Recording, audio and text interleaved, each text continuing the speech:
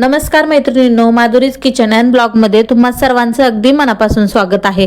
तर रोज आपण देवाला पूजा करतो आणि देवाची पूजा झाल्यानंतर वाहिलेली फुलं आपण कचऱ्यात टाकतो। पण तुम्हाला माहिती आहे का, हीच फुले घरभर दरवळणारा नैसर्गिक आणि केमिकल फ्री धूप बनवू शकतात। आज मी तुम्हाला अगदी सोप्या पद्धतीने घरातल्या घरात साध्या वस्तूंनी सुगंधित धूप कसा बनवायचा ते दाखवणार आहे।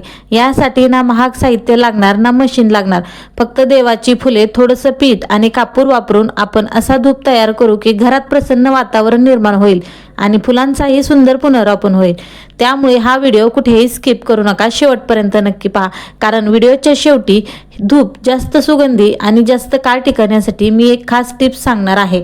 तर मैत्रिणींनो, काय करायचं आहे, आपल्याला इथे देवाला वाहिलेली फुलं घ्यायची आहेत। आपण बऱ्याच वेळेस काय करतो, देवाला वाहिलेली फुलं तसेच टाकून देतो, पण तसंच टाकून न देता आपल्याला ती फुलं साठवून ठेवायची आहे। 2 दिवसाचे 4 दिवसाचे असे एकत्रित फुलं आपल्याला इथे करून ठेवायचे आहेत। तर बघा मैत्रिणींनो, इथे फुलं मी सुकायला ठेवलेले होते, त्यामुळे थोडेसे काळे पडलेले आहेत। आता बाहेर जास्त पावसाचं वातावरण आहे, त्यामुळे फुलं पटकन सुकलेले नाहीत आणि थोडेसे काळसर झालेले आहेत। जर तुम्ही उन्हामध्ये वाळवले तर आपल्याला छान असे कडक याच्या पाकळ्या भेटतील, म्हणजे कडक असं होईल। तर बघा, इथे छान अशा मी पाकळ्या सगळ्या सुट्ट्या करून घेतल्या, त्याचे देठ आपल्याला फुलांचे काढून घ्यायचे आहेत। अशा पद्धतीने सगळ्या फुलांचे आपल्याला जाडसर असं देठ काढून घ्यायचे आहेत।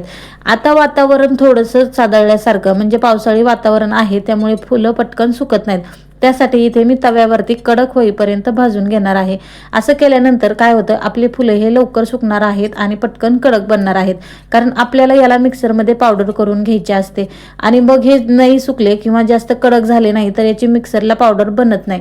त्यामुळे आपल्याला छान असं कडक होईपर्यंत हे फुलं गॅसवरती भाजून घ्यायचे आहेत। आता तुम्ही पाहू शकतात मैत्रिणींनो, व्हिडिओमध्ये दिसतंय त्याप्रमाणे आपल्याला याचे छान असा कलर येईपर्यंत, म्हणजे काळा रंग येईपर्यंत आपल्याला हे व्यवस्थित भाजून घ्यायचं आहे। अगदी कडक, आणि हाताने चोळलं की लगेच याचा भुगा होत होता, तुम्ही पाहिलं असेल मैत्रिणींनो।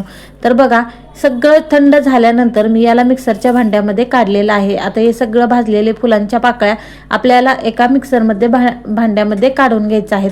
तर मैत्रिणींनो, याला छान आणि सुगंधी वास येण्यासाठी आपल्याला यामध्ये काय करायचं आहे, तर इथे तुमच्याकडे जे काही सुगंधी असेल, म्हणजे धूप वगैरे आपण घरात वापरत असेल तर तुम्ही त्याची धूप त्यात स्टिक टाकायच्या, किंवा जर ते नसेल तर तुम्ही अगरबत्तीच्या 2-3 कांड्यांचं वरचं जे आपलं काळं राहतं अगरबत्तीला, तर ते अगरबत्तीचं घ्यायचं आहे आणि ते मिक्सरच्या भांड्यामध्ये सगळं टाकून घ्यायचं आहे। त्याचसोबत 2-3 आपल्याला इथे कापूरच्या वड्या सुद्धा लागणार आहेत। तर हे सगळं टाकून घ्यायचं आणि नंतर मिक्सरमध्ये बारीक झाल्यानंतर आपल्याला हे चाळून घ्यायचं आहे। कारण बऱ्याच वेळेस काय होतं, आपल्या सगळ्याच पाकळ्या एकसारख्या वाळलेल्या नसतात किंवा सुकलेल्या नसतात, त्यामुळे सगळ्या काही बारीक होत नाहीत, थोड्याशा मोठ्या राहतात। आणि जर मोठ्या पाकळ्या राहिल्या तर आपले धूपला पाहिजे तसा आकार बनत नाही। त्यामुळे हे वरचं जे आहे पाकळ्या ते सगळं चाळून घ्यायचं आणि व्यवस्थित असं पीठ करून घ्यायचं आहे। जर आपण गव्हाचं पीठ, ज्वारीचं पीठ चाळणी घेतली तर त्याच्यातून गळत नाही, म्हणून इथे मी पुरण चाळणी घेतलेली होती, त्याच्यातून व्यवस्थित असं मी पाकळ्या गाळून घेतलेल्या आहेत। आता या धूपला छान असा चिकटपणा येण्यासाठी तुम्ही यामध्ये थोडंसं गव्हाचं पीठ किंवा तांदळाचं पीठ घालू शकतात। तर इथे मी 1 चमचाभर इथे गव्हाचं पीठ वापरलेलं आहे। तर मैत्रिणींनो, छान वास येण्यासाठी इथे आपल्याला थोडंसं रोज वॉटर घालायचं आहे। अगदी 1 चमचा एवढंच आपल्याला इथे गुलाबजल घालून घ्यायचं आहे, व्यवस्थित असं मिक्स करून घ्यायचं आहे। अगदी सोपी आहे मैत्रिणींनो, ही तुम्ही नक्की ट्राय करून बघा। बाहेरच्या केमिकलच्या गोष्टी करण्यापेक्षा घरामध्ये नॅचरल आणि नैसर्गिक गोष्टींचा वापर केला कधीही चांगला असतो।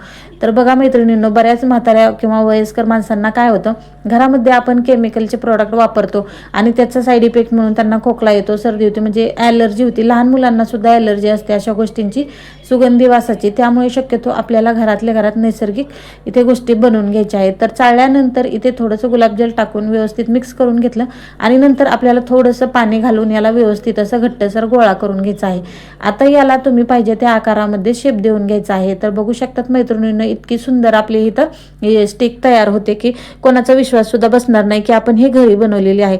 तर मैत्रिणींनो, एक खास टिप लक्षात ठेवा, धूप बनवल्यानंतर तो पूर्णपणे 2-3 दिवस वाळू द्या आणि नंतर हवाबंद डब्यात ठेवा। त्यामुळे धूप ओलावा घेत नाही, जास्त वेळ जळतो आणि त्याचा नैसर्गिक सुगंध अनेक दिवस टिकून राहतो। तर हीच आपली महत्त्वाची टिप्स होती। तर मैत्रिणींनो, तुम्हाला हा व्हिडिओ कसा वाटला? व्हिडिओ आवडला असेल तर नक्की चॅनलला लाईक करा, शेअर करा आणि सबस्क्राईब करा। आजचा हा व्हिडिओ तुम्ही कोणत्या शहरातून पाहता हे कमेंटमध्ये सांगायला विसरू नका। तर बघा, देवासमोर सुद्धा मी लावून बघितलेली आहे, खूप छान आणि सुगंध वास याचा दरवळत होता। व्हिडिओ आवडला तर नक्की चॅनलला लाईक करा।